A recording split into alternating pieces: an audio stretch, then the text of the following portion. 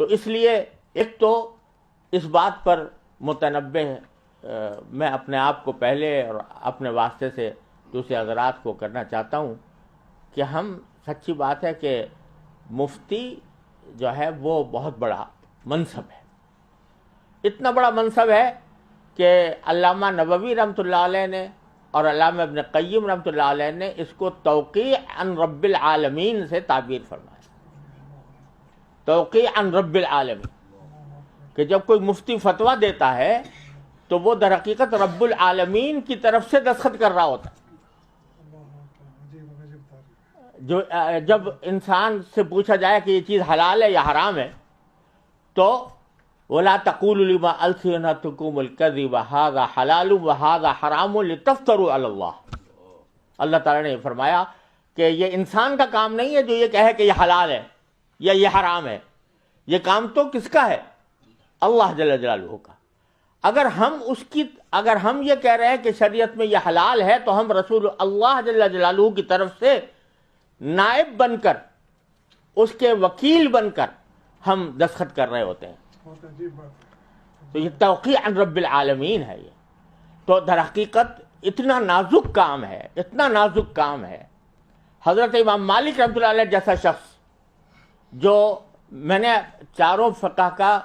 مطالعہ کرنے کی کوشش کی ہے، خاص طور سے جب میں فقہ البیوع لکھ رہا تھا اور تکمل فتح الملہم لکھنے کے دوران بھی چاروں فقہوں کا جائزہ لینے کی کوشش کی۔ جس قدر تدقیق امام مالک رحمۃ اللہ علیہ کے مذہب میں نظر آئی کسی مذہب میں نہیں ہے، جتنی تفریعات ان کے مذہب میں نظر آئی اور کسی مذہب میں نہیں ہے۔ لیکن وہ فرماتے ہیں امام مالک رحمۃ اللہ علیہ کہ جب تک مجھے 70 اپنے وقت کے علماء نے اجازت نہیں دے دی اس وقت تک میں نے فتویٰ دینا شروع نہیں کیا۔ 70 علماء وقت نے جب یہ کہہ دیا کہ ہاں تم فتویٰ آپ دے سکتے ہو تو میں فتویٰ دینے کے لیے بیٹھا، اور اس کے باوجود ان کو کبھی، میں نے کتاب میں نقل کیا ہے کہ ان کو کبھی لا ادری کہنے سے کبھی کوئی شرم نہیں محسوس ہوئی۔ اتنا بڑا امام، ان کے ایک شاگرد کہتے ہیں کہ میں ایک مرتبہ بیٹھا ہوا تھا تو لوگ آ رہے تھے، سوالات کر رہے تھے، پوچھ رہے تھے، تو ہر ایک سوال کے جواب میں کہہ رہے تھے لا ادری لا ادری۔ تو میں نے ان سے کہا کہ میں نے غور کیا تو انہوں نے عدد لکھا ہے اس میں کہ کتنے سوالوں میں سے اکثر سوال کے جواب میں انہوں نے لا ادری فرمایا کہ مجھے نہیں معلوم۔ اور اللہ تبارک و تعالیٰ نے پھر ان سے وہ کام لیا کہ جس کا کوئی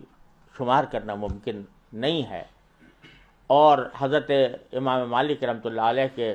تلامذہ نے ان کا علم پھیلایا۔ اور ساتھ میں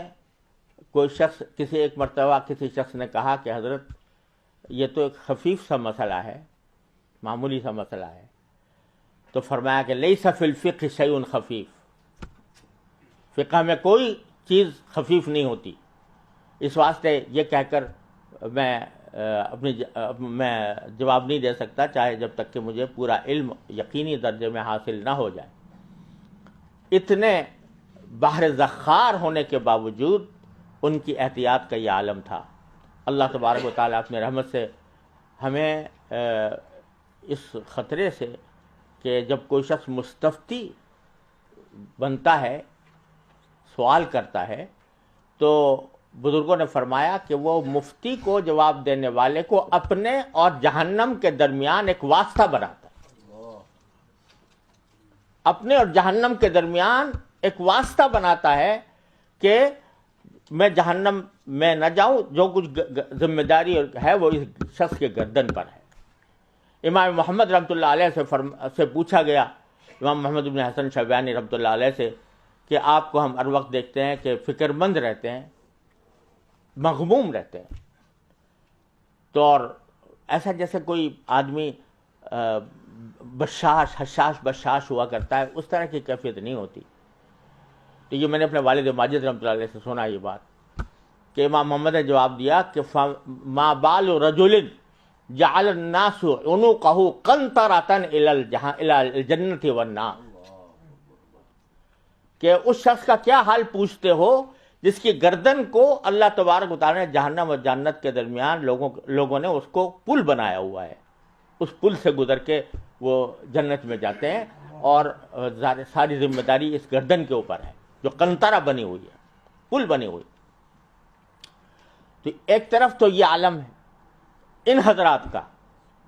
امام مالک کا، امام ابو حنیفہ کا، امام شافعی کا۔ حضرت امام شافعی رحمۃ اللہ علیہ فرماتے ہیں کہ جب بھی کوئی شخص مجھ سے کوئی مسئلہ پوچھتا ہے تو تھوڑی دیر کے لیے میں اپنے آپ کو جنت اور جہنم دونوں پر پیش کرتا ہوں کہ جواب مجھے جنت میں لے جائے گا یا جہنم میں لے جائے گا۔ ایک طرف تو یہ حال ہے، اور دوسری طرف فتویٰ کو آج کل ایسا بنا لیا گیا ہے کہ ہر ایک آدمی مفتی بننے کے لیے تیار ہے۔ میری رائے ہے، آئی تھنک دیٹ دس از حلال اور حرام، ہر ایک آدمی اپنی رائے پیش کرنے کو تیار ہے اور مفتی بننے کو تیار ہے۔